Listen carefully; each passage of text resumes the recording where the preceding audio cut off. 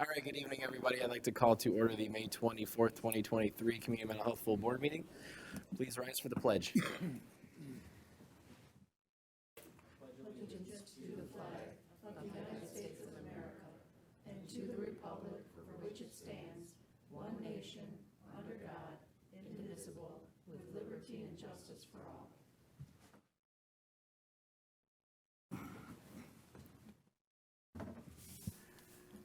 Next, we will have the reading of the mission statement by Donna.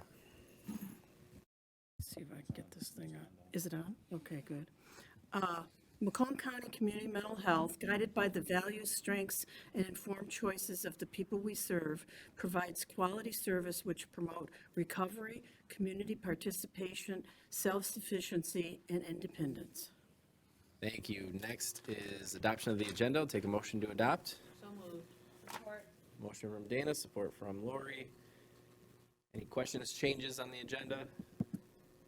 Seeing none, all in favor signify by saying aye. Aye. Aye. All opposed? Agenda is adopted. Next item is hearing of the public. Anybody from the public wishing to address anything on the agenda? You have 5 minutes. Anybody from the public? Okay. Seeing none, we will close the hearing of the public and we'll move on to item 5. Request for final approval, minutes of the regular meeting of the CMH Full Board held on Wednesday, April 26th, 2023. Take a motion to approve. Move to approve. Support. Motion from Linda, support from Wayne. Any edits, changes? Okay, all in favor signify by saying aye. Aye. Aye. All opposed? Minutes are adopted. Next is item 6, approval of standing committee meetings. We had none since the last time, so we'll move on to item 7, request to approve. Item A is a request to approve the CMH board committee assignments for 2023 to 2024. Take a motion to approve. So moved.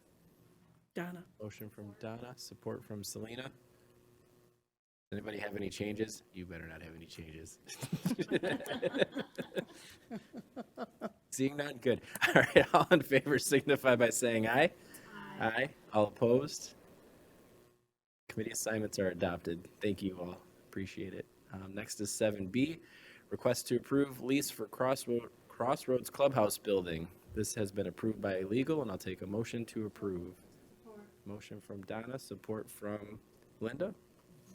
And TJ, Tracy, both. Tracy nodded at TJ, so it's going to be TJ.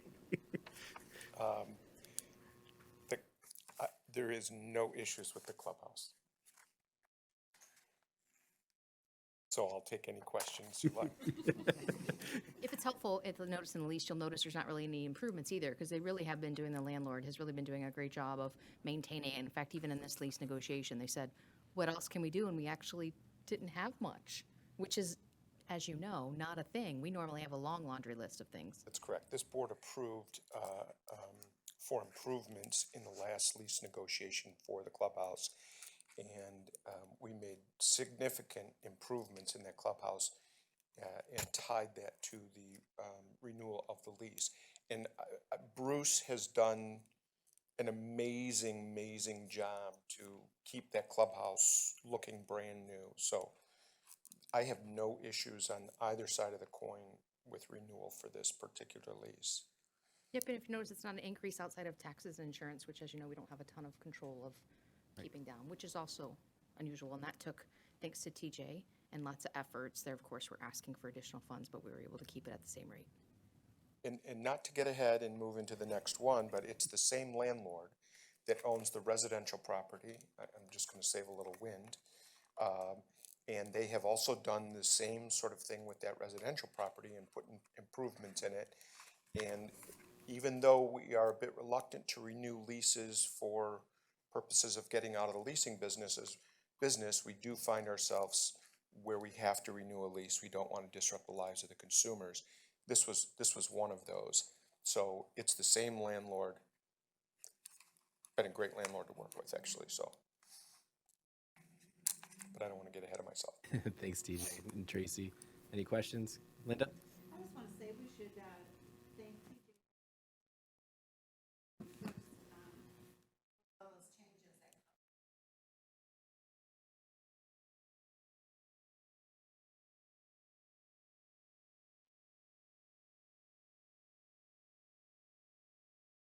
We don't want to give them too much. We may have to renew it again some. Tips and tricks from TJ. Any other comments? Obviously, Bruce is happy with this, or else he'd be here screaming, so. All right. Seeing no other questions or comments, we have a motion and support. All in favor signify by saying aye. Aye. All opposed? Motion passes. Next is item C, a request to approve lease A, which has been approved by legal. I'll take a motion to approve. Linda and Lori. Do you have anything else to add, TJ? No, but you will notice, yeah, so yes, I guess I do. You will notice that the lease terms are much shorter than the 5 years that we used to give. I mean, that's the idea of moving or getting out of the leasing business. It's one of the tools in our tool bag to try to move that along, so those terms are shorter. I'll just point that out. Thank you, TJ. Questions, comments? Seeing and hearing none, all in favor signify by saying aye. Aye. All opposed? Motion passes.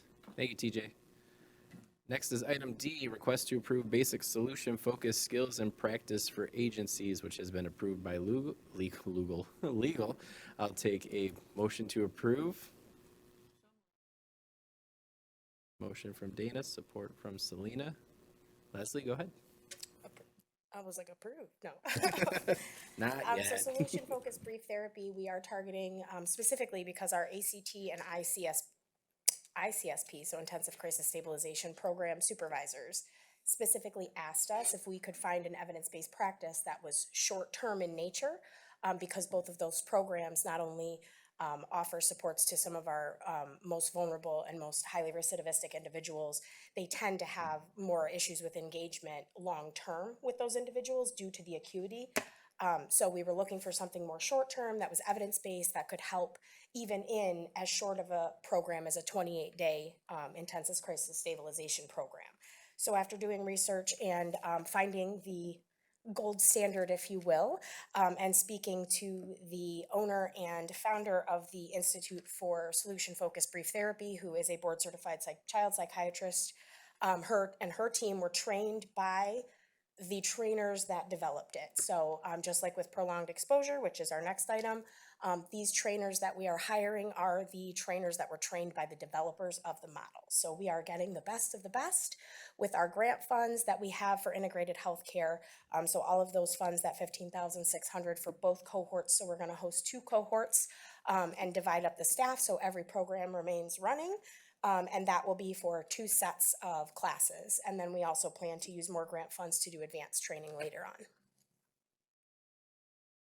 Thanks, Leslie. Any questions? I'm glad you mentioned grants, because I was going to mention that this item and the next item are grant dollars. Grant So funded, yes. thank you for that. Yes. Seeing no speakers, all in favor signify by saying aye. Aye. All opposed? Motion passes. Next is item E, request to approve prolonged exposure treatment training, which has been approved by legal. Take a motion to approve. Motion from Selena, support from Linda. Leslie, go ahead. So prolonged exposure treatment is, again, the gold standard for PTSD and trauma treatment.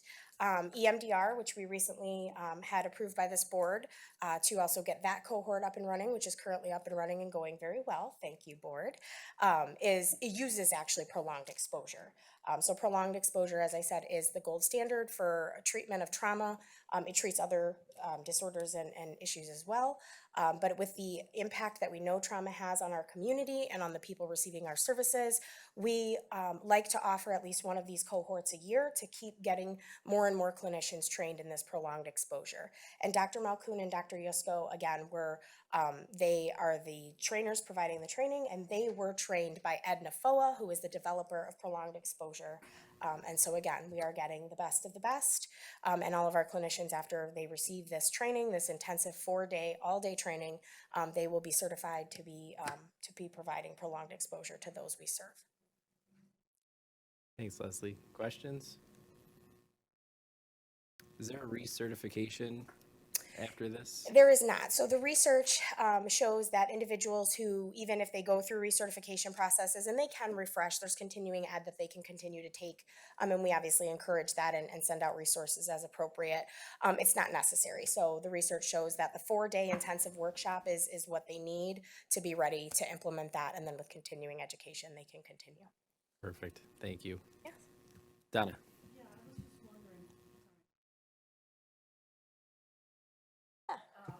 Is this for therapists and case managers?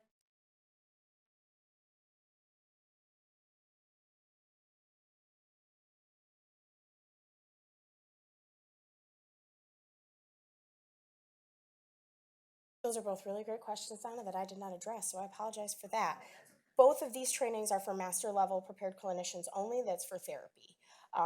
And for both cohorts, so for the first cohort, for solution focused brief therapy, we have given priority to our intensive crisis stabilization and ACT programs. So all of our crisis workers that are therapists, as well as our ACT therapists, have all been given priority for those cohorts. So they are giving us the names of who's going to be in each cohort, and then after we have all those individuals identified, it will be open to the larger system. And prolonged exposure is open to the entire system of our network providers, and anybody can go. The maximum, I believe, is 50. Thanks, Donna. Any other questions, comments? Can I ask a question? This is kind of strange. I maybe. mean, yeah, go ahead.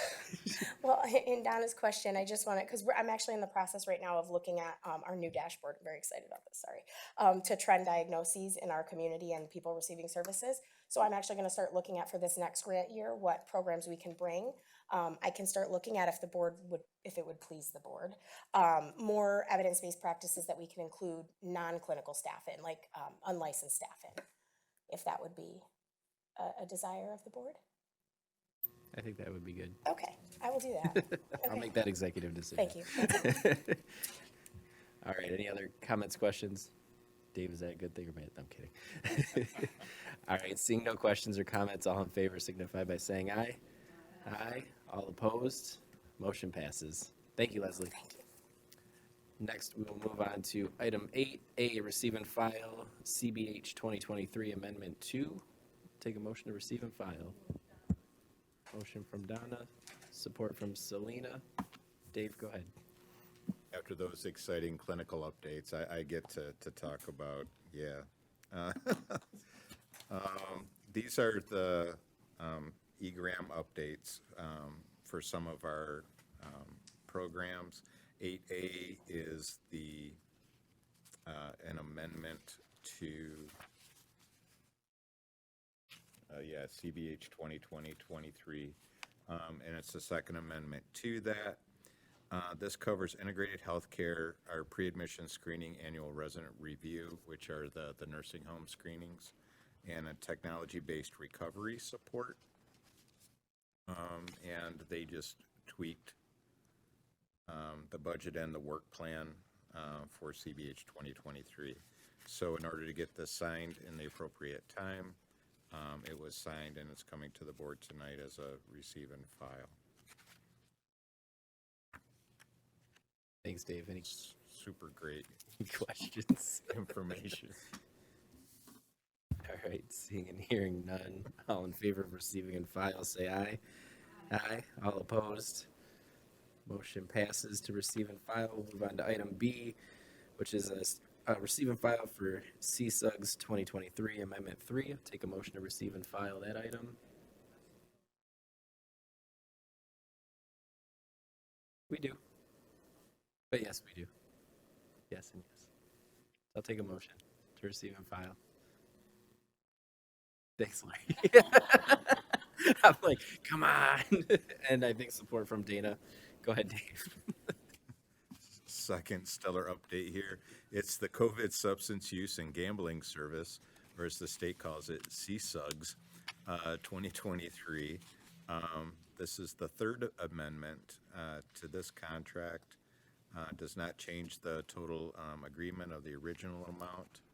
And purpose of this amendment is to add modify projects as indicated to be implemented during fiscal year 23 per the attached documents. So they've added women's specialty services for COVID. And that's explained in a little bit more detail in the packet. Thanks, Dave. Any questions, comments? Okay, seeing none, all in favor of receiving and file, say aye. Aye. All opposed? Motion passes. Next is resolutions. We have none this month. After that, we have the bills. I'll take a motion to pay the bills. Motion from Selena. I think I heard Mark. Support from Mark. Questions, comments on the bills? Hearing and seeing none. All in favor, say aye. Aye. All opposed? Bills are paid. Next, we'll move on to the manager report from Richard and/or Ken. Ken's pointing to Richard. Richard wins. Somebody point to Dave.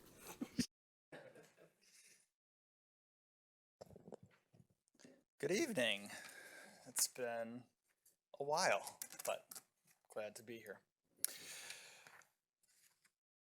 Finance update for the month of March. A couple of highlights starting on page 2, looking at revenues and eligibles. Again, we continue to show revenue and eligibles higher than prior year and continuing to stay fairly stable month to month. The end of the public health emergency is here, as you may well know.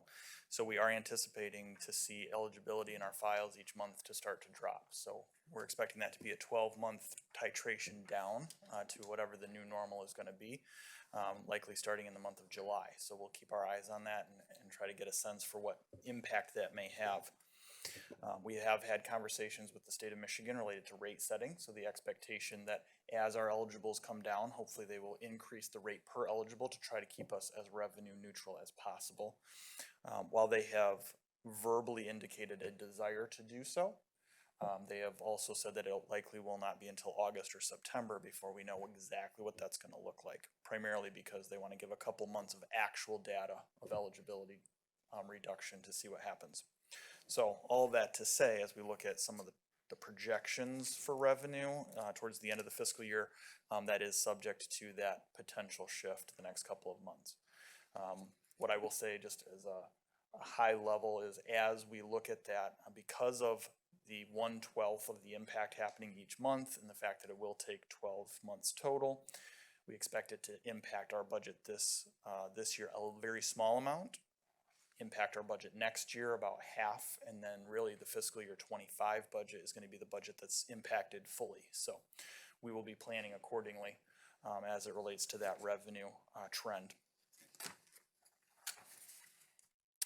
So that being said, as we move to page 3, the only real highlight is again that cash and investments continues to be up compared to the end of the prior year, primarily related to unspent revenue related to those additional eligibles.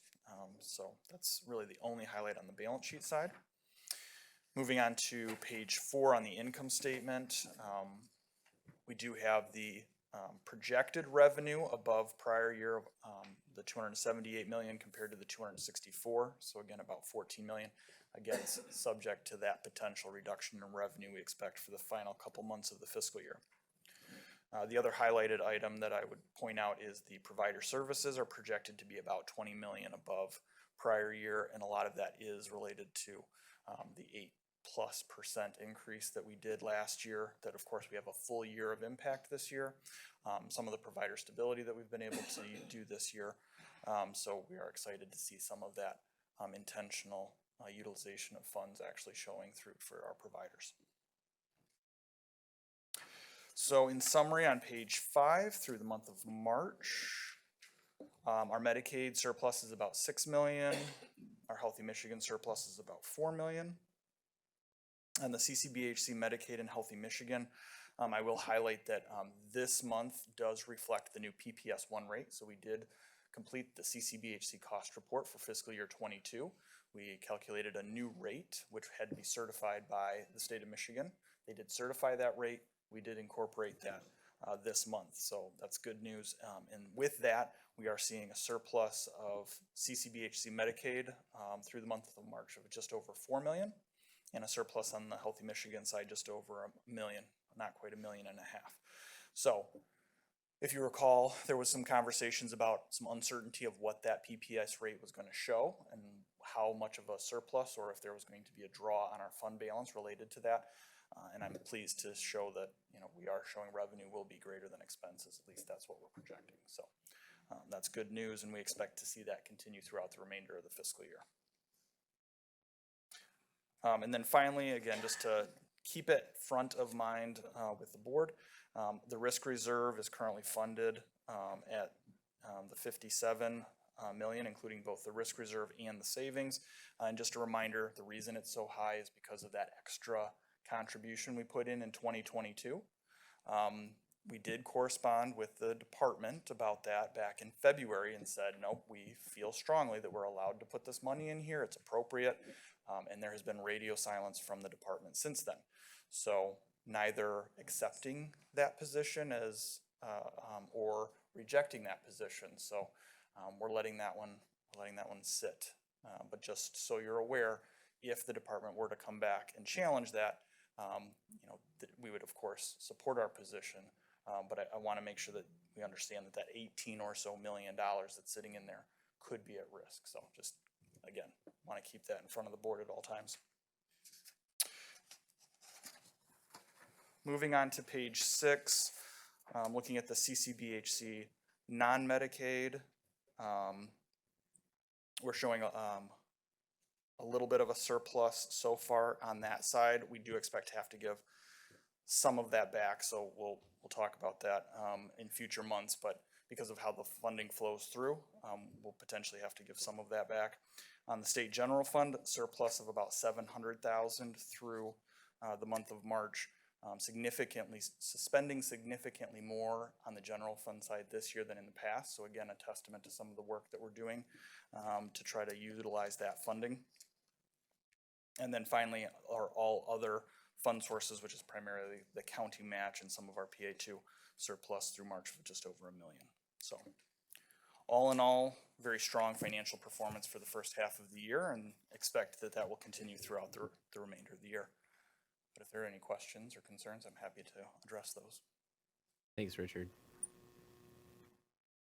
Budget questions? You answered my question, so I was going to keep asking you that till the end of time, but all right. I don't see any. All right, thank you. Thanks, Richard. Next, we'll move on to the CEO update. Now I get to talk about more fun things, so instead of CSUGs and CBH. So a lot has happened since our last meeting. The big news, of course, was our first annual Mental Health Matters event. Thank you to those board members who were able to attend and participate. And I do have to thank Tracy for spearheading, leading, coordinating all of the staff volunteer activities. We had very widespread participation at all levels, and it really came together in an extraordinary way for that evening. Like I said, we set the bar really high for future events. So just a broad thanks. We continue to feel the positive ripples of that event. So other good news. Oh, we also had the ribbon cutting at Genoa. So we had our pharmacy ribbon cutting. So at our North Clinic, we now have our behavioral health services. We have MyCare, which is there for physical health services, and we now have a fully functional operational pharmacy directly on site. So it's really a one-stop shop for people in the community, and a real benefit to the people we serve. Make things more convenient, definitely save trips, and hopefully encourage more participation and attendance there. On that note, we are seeing we have leadership goals of increasing the number of people that we are serving. We are trending well in that area. We have a goal of 18,500, and we're currently almost to 17,000 already this early in the month. Our stretch goal is 22,500, and we're actually on a good path to hit that. That's good news number-wise, but it does speak to the needs of our community. So we are, again, trying to grow and expand. We are changing a lot of our internal processes to better accommodate the needs of our community. And I'll touch on some more of those things. But keeping on my good news trend, Selena, I gave her the hard copy of the cranes. Selena was awarded the Notable Leaders in Behavioral Health Care, so congratulations, Selena. You're in very good company. I was going to ask you to autograph that hard copy so I could frame it. But yeah, very, very well deserved. Actually, Jim Losey and I were able to tour Ascension's emergency room department. Very impressed with the changes they've made to, better accommodate the needs of our community. A lot of work to do there still as well, but it's a good partnership. Since Jeff is here and I had some cake earlier, I won't make you come up to the podium, Jeff, but we had a little celebration at lunch today in our office.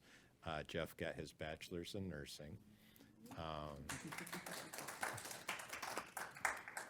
lot of hard work and effort. And Jeff is just, an all-around asset to us in the office. Whenever I have questions, he and I were chatting today about some other issues and stuff too. So yeah, very well deserved, and thank you. And it was a very nice turnout too. So we are definitely on, keeping the positivity up. I'll try to keep good news, and then I'll try to group my comments. So we'll do good news and then some not so good news. I did meet with the Macomb Intermediate School District. If you recall, you all approved Project Search quite some time ago now, and then the pandemic put a hold on all of that. But there's good energy there, and there will be some follow-up meetings. Project Search is a national school-to-work transition model for students in special education. Has very good employment outcomes, and so we will be partnering with the Macomb Intermediate School District, some of our local businesses as host business sites for that model. It also has involvement of Michigan Rehabilitation Services, the Michigan Bureau for Services to Blind Persons. So it's a really good model of collaboration and kind of a systems of care model to support those students, young adults, as they go through that program. I met with Leon Judd, who's the director of NAMI Metro, to kind of increase his presence, NAMI's presence and connections here in Macomb County. So it was a very good meeting, and I'll be helping to connect Leon to our Citizens Advisory Committee and to Bruce at the clubhouse as well, and then trying to support their efforts as best we can. We had our crisis kickoff meeting. Again, the board approved a contract with TBD Solutions. They have a very successful track record of helping other areas, agencies stand up crisis stabilization units. We're trying very hard to do this right and plan carefully. So we had that kickoff meeting yesterday, and tomorrow is the kickoff meeting, our one-on-one kickoff meeting with the state of Michigan, because we are the newest member of the state's pilot, and we are working on finalizing the details for that $100,000 grant that comes along with us joining that pilot. On that note too, so we are working very closely with the Office of the County Executive on the crisis services, the crisis continuum, our engagement center, the crisis stabilization unit, some mobile crisis activities, along with my first day back from vacation was the press conference with Mark Hackle and Sheriff Wickersham about the centralized intake at the jail. You'll also see we are working with the Office of the County Executive on mindful mental health, I believe is their new marketing campaign. There's billboards up. So we're working with our marketing media firm too to make sure we're supporting those efforts as well. So again, it's increasing awareness of the need and that we're here to help, and then how we can help. And so a lot of work in that area as well.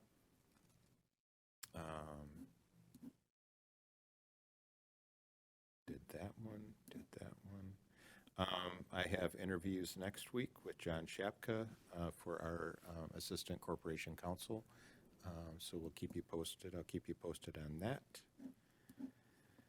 I did Jeff, I did Selena. The House bills, I emailed the board. It's House Bills 4576 and 4577, put forth by Representative Kurt Vanderwall. Again, it's calling for a system change. It's very early. I also shared Alan Bolter's summary of those things. It's just another unfortunate factor that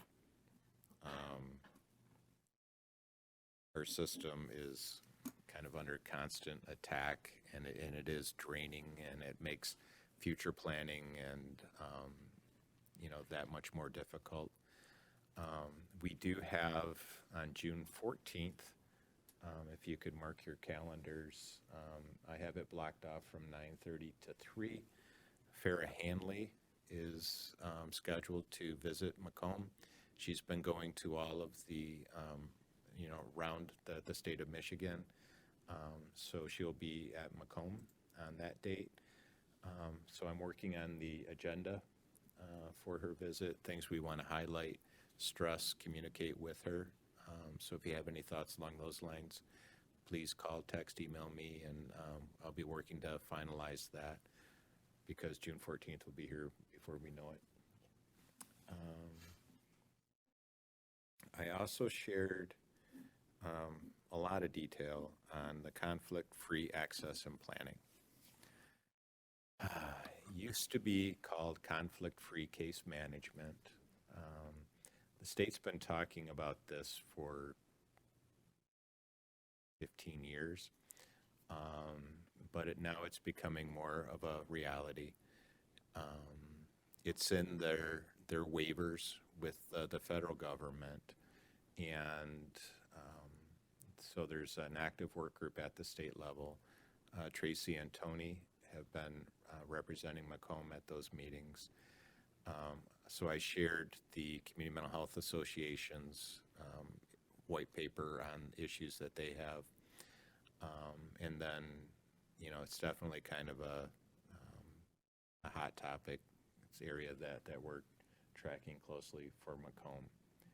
The concern and the intent is that at the federal government, they want to see a clear separation from whoever's completing the individual plan, the person-centered plan with the individuals, that they're separate from anybody else who's in a decision-making role about authorizing and funding those services. On one hand, that kind of makes sense at face value, but there's a lot of issues with that. So I shared the PowerPoint from the department. They're looking at options, none of which are really good.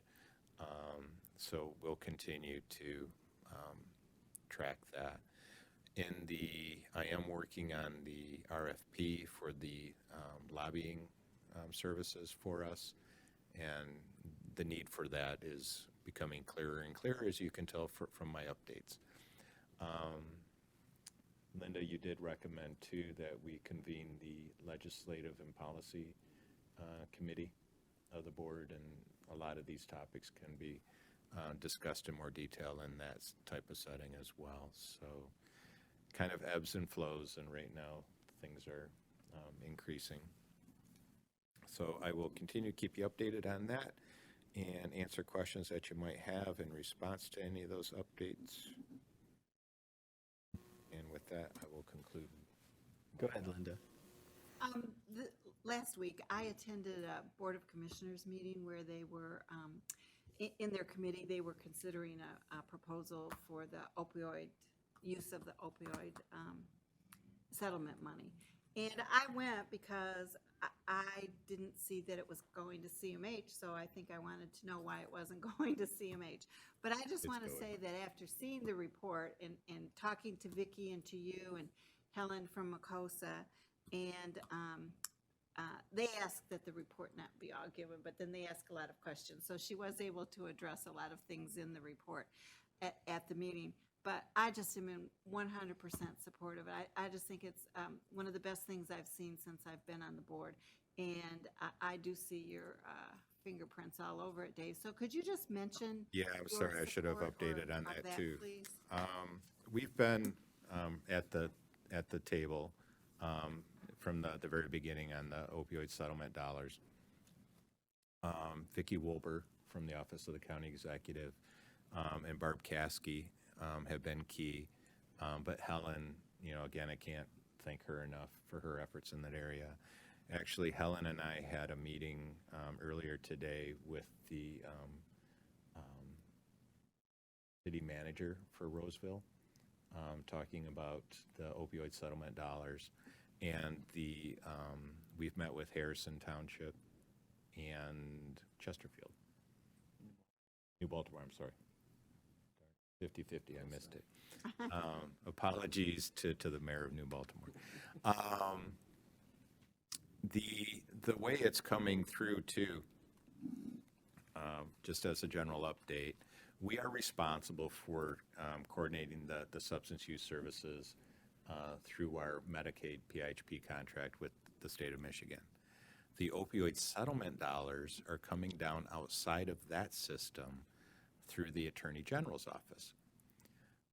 And it's going to counties and cities and townships who participated in the settlement process.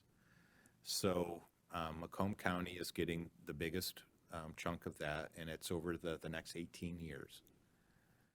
There's a number of cities and townships in Macomb that are also getting dollars separate from Macomb County, some as little as like $3,000, some are over $1 million. We are offering our assistance to those other cities and townships here in the county, just saying, and we learned in our first meeting, we're like, oh no, we're not asking for those dollars. We're just offering our services to help coordinate the best use of those. The county is holding a larger meeting coming up, I believe in July, to share their plans on use of the opioid settlement dollars. And it'd be completely optional. The cities and townships could simply work with the county's plans and call it good, or they could, it's up to those, the leadership within those other municipalities to how they want to spend those dollars. But it's a very well coordinated efforts. And yeah, we've been working with that group since day one. They've also now, the additional coordination of that is now running through the Human Service Coordinating Body, or HSCB, which I chair, and it'll be a standing agenda item through that body going forward as well.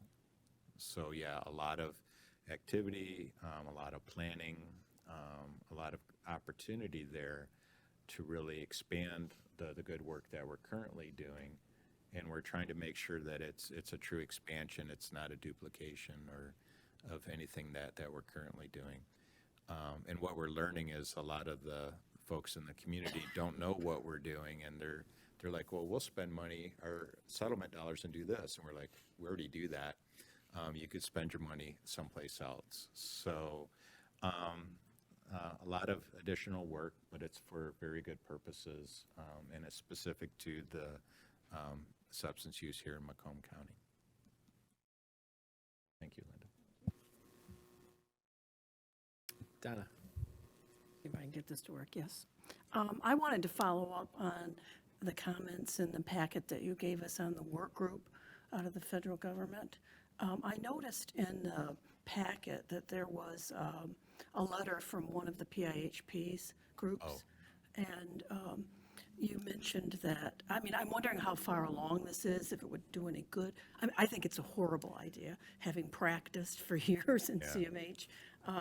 And I'm wondering if it would do any good for us to follow up with a letter too, to express our negative, because that letter was pretty explicit and why Yeah, they were. what I shared was from Mid-State Health Network. Right. And their board resolution opposing the conflict-free access and planning.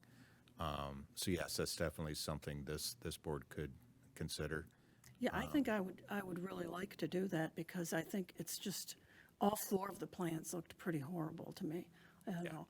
And where is it at this point? I mean, has it gone, how far? It's moving further ahead than ever before. There's no, there are some timeframes, yeah, and it's in the packet. So the state's running out of runway here.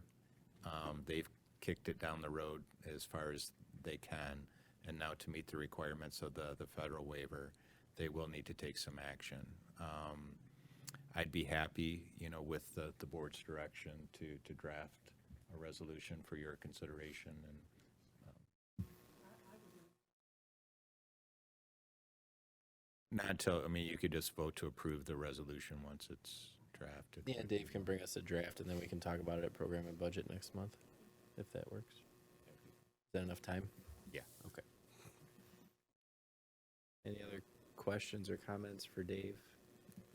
I wanted to piggyback off of what Linda and Dave had mentioned too. So just for the public, last week, the Board of Commissioners did hear presentations about the Central Intake Project on Tuesday and the opioid settlement dollars on Wednesday. Those presentations are public. The whole meeting's on YouTube. You can look up the minutes. All the documentation is online as well. I think it's at bocmacomb.org, which is the Board of Commissioners website, so you can look at all the PowerPoint presentations and things like that too. There was a lengthy conversation and presentation and questions. So if you're interested in taking a look at that, please do. We did have some board members there both days. Dave was there, Helen was there, so we were represented, and I had plenty of questions, so we'll see what happens going forward, because the projects still need approval from the Board of Commissioners. We were just given an initial presentation. Nothing's finite yet, so we'll see how it goes moving forward. Anybody else? Okay, just a few reminders. We have program and budget for June on the 14th here at 6. Full board will be June 28th here at 6. Sandy sent around a doodle poll for a work group. Please respond to that if you haven't. We're trying to get as many board members as possible to participate. Not yet. So yeah, if you didn't see a date or a time, it's because we don't have one yet. And with that, we will move on to hearing of the public. Anybody from the public wishing to speak? Anybody from the public? Everybody's ready to go home? All right, close hearing of the public. I'll take a motion to adjourn. Yeah. Go ahead, Donna. Sorry, I normally don't talk this much. Yeah, but I just wanted to say, June 1st is Clubhouse Giving Day, and certainly Crossroads is participating.